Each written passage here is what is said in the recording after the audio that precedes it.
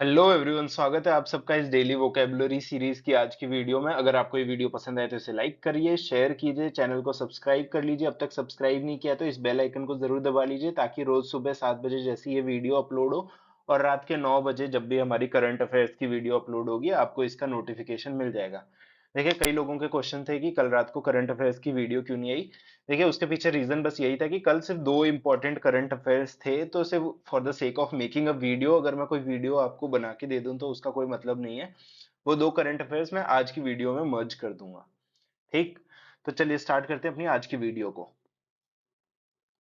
चलिए, तो जो हमारी पहली रिपोर्ट है वो क्या है? Spectacular show off light and sound में मार्क्स द इनॉग्रेशन। किस चीज का इनॉग्रेशन हुआ है मैं आपको बता देता हूँ। ये हुआ था, पीएम मोदी ने इनॉग्रेट किया है। कहाँ पे? नरेंद्र मोदी स्टेडियम में, जो अहमदाबाद में हुआ है। कोई इवेंट है।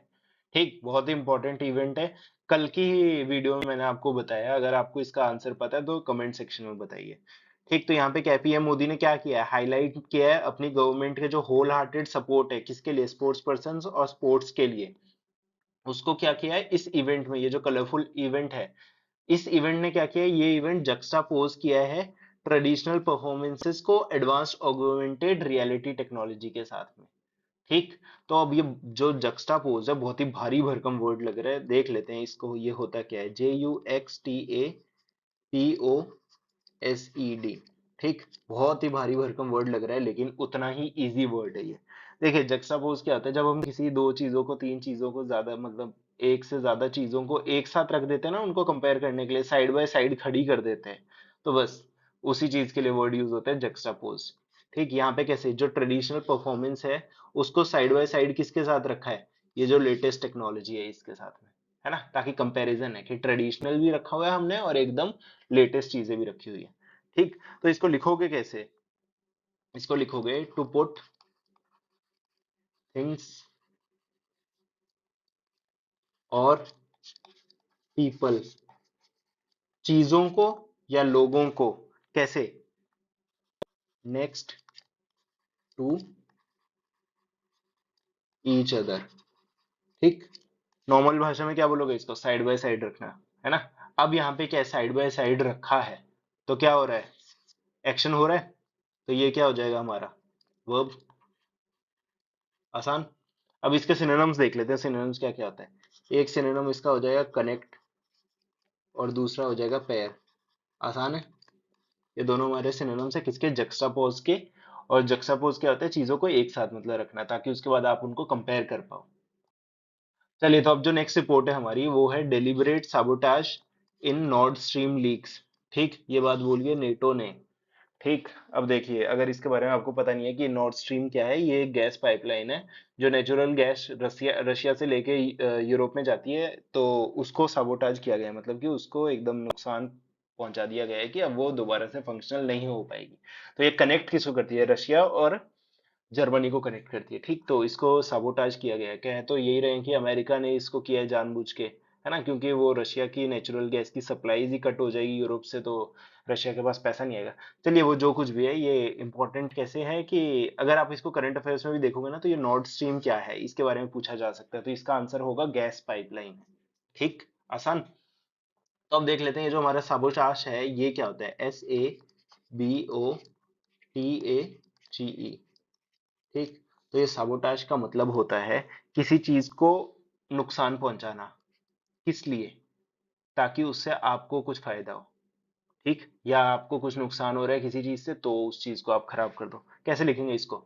टू डैमेज और डिस्ट्रॉय। किसी चीज को डैमेज कर देना या डिस्ट्रॉय करना। डैमेज करना मतलब थोड़ा बहुत नुकसान पहुंचाना, डिस्ट्रॉय करना मतलब एकदम ही खत्म कर देना।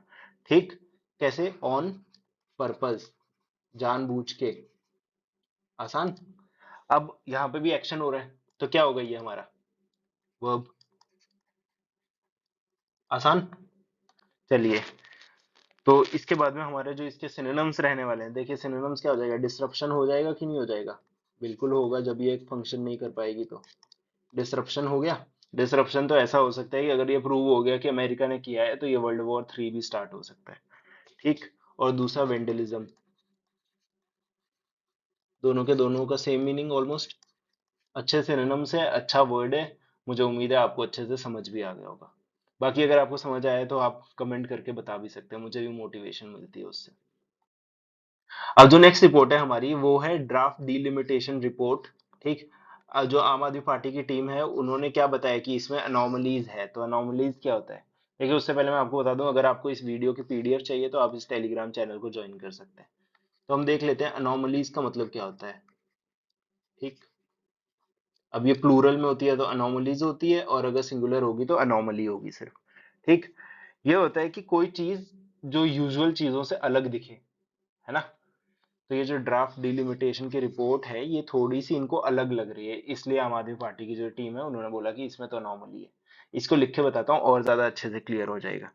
ये आपको तब होगा अ पर्सन, कोई इंसान या फिर कोई चीज, है ना, क्योंकि अलग क्या दिखेगी, या तो इंसान अलग दिखेगा या फिर चीज अलग दिखेगी।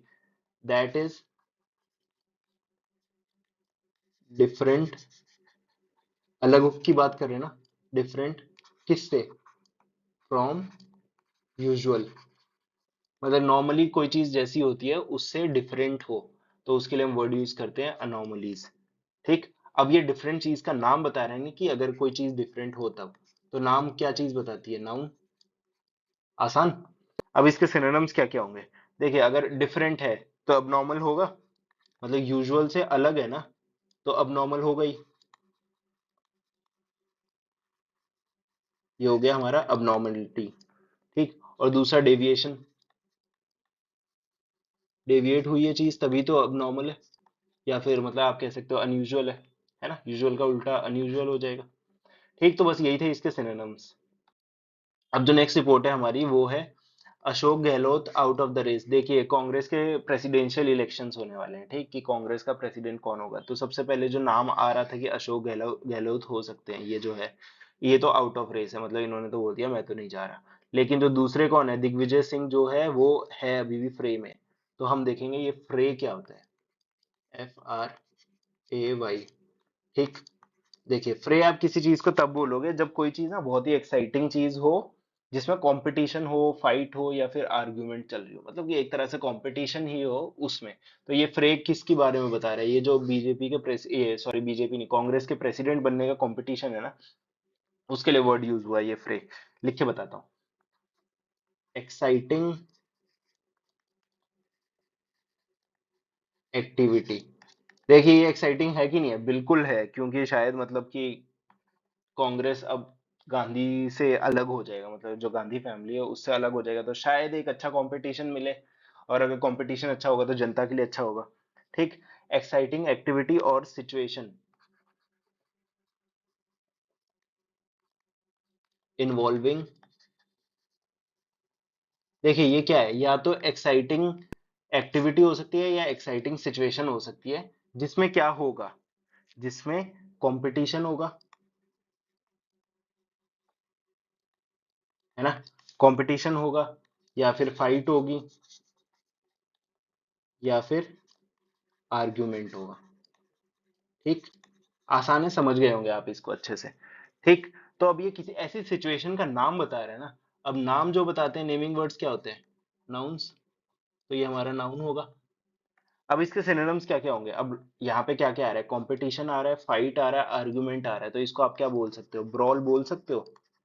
बिल्कुल। क्लैश भी बोल सकते हो। तो यही दोनों है इसके सिनोनिम्स। ठीक। अब जो नेक्स्ट रिपोर्ट है वो है SC, मतलब सुप्रीम कोर्ट एक्सेस। एक्सेस मतलब काट दिया। 51 ईयर ओल्ड कर्ब। अब क्या है, जो सिंगल वुमेन जो है उनको भी इक्वल अबॉर्शन राइट्स है अपने देश में। ठीक, काफी अच्छी खबर है ये। तो अब देख लेते हैं कि कर्ब मतलब सुप्रीम कोर्ट ने क्या चीज को मतलब हटाया है। तो ये भी देख लेते हैं। कर्ब का मतलब क्या होता है? देखिए कर्ब होता है कोई चीज जो आपको रोक के रखे। तो ये जो कर्ब है, मतलब ये जिसको हटाया है वो किस चीज को रोक के रखा हुआ था? इन राइट्स को रोक के रखा हुआ था। ठीक, कि सिंगल वुमन जो है वो अबॉर्शन नहीं करवा सकती, उनको रोक के रखा हुआ था, तो ये कर्ब था। ठीक। अब कर्ब को क्या बोलोगे आप? समथिंग दैट रिस्ट्रेन्स, मतलब कि रोक के रखे। ठीक। तो ये चीज क्या होगी? नाउन होगा, क्योंकि ये किसी चीज का नाम बता रहा है। तो ये हो गया हमारा नाउन। अब इसके बाद इसके सिनोनिम्स क्या क्या होंगे? अब रेस्ट्रेन करके रखा हुआ है तो क्या बैरियर बोल सकते हैं उसको? बिल्कुल बोल सकते हैं ना। तो ये हो गया एक तो बैरियर, और दूसरा हो जाएगा रेस्ट्रेंट, क्योंकि रेस्ट्रेन तो करा हुआ ही है। एक तो ये दोनों क्या है हमारे सिनोनिम्स किसके? कर्व के। तो बस यही थे आज के हमारे 5 वर्ड्स। अगर वीडियो पसंद आई तो इसे लाइक करें। मिलते हैं अब अपनी अगली वीडियो में।